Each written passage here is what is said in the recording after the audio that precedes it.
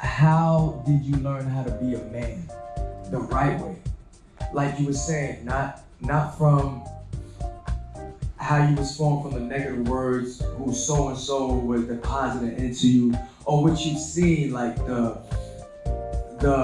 toxic things coming up in your family, cousins, uncle, whoever, or like bad examples of relationships and things like that, and how they handled it in like a worldly perspective, you know? Now that when you guys became Christian, now the standards is different and everything. So how did you guys, what was part of your growth and formation of just being the man, like a healthy, godly man for your wife, for your kids, for wherever, school, workplace, everything? Amen. Excellent. All right, so my family, I grew up as the only male in the household. And so I see how it affected me, not only me, but my mother and my sister.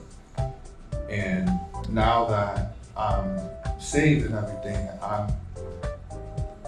I see myself a lot of times thinking about my future family, but not knowing how to cater to my current family, my mom and my sister. And so basically, how can I be that male figure in their life and show them certain things that they've been lacking? That is an excellent question. What is your name? Malachi. Thank you, brother. I won't do that. But sometimes I think maybe the Lord brings someone that I could help. But I see that I have to call them and what about the money? Will you give it back to me? And I was like, no, I don't think.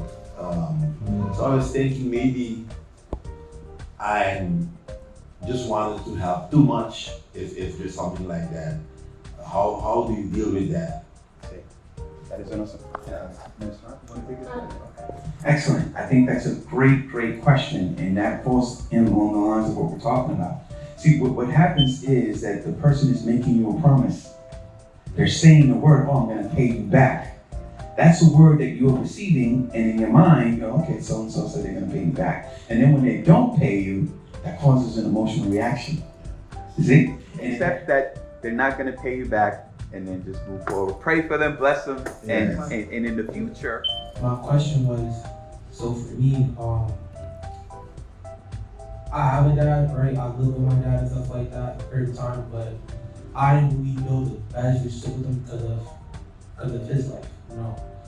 I have a brother. I built a relationship with him, but I feel like I'm letting it slip by, and I want to know how do I always continue, like, outside of church, but a godly relationship with other people, with other men that I know.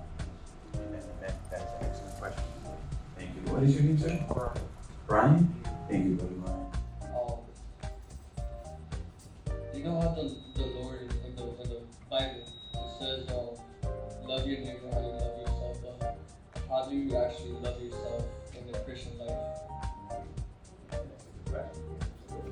What is your name, sir?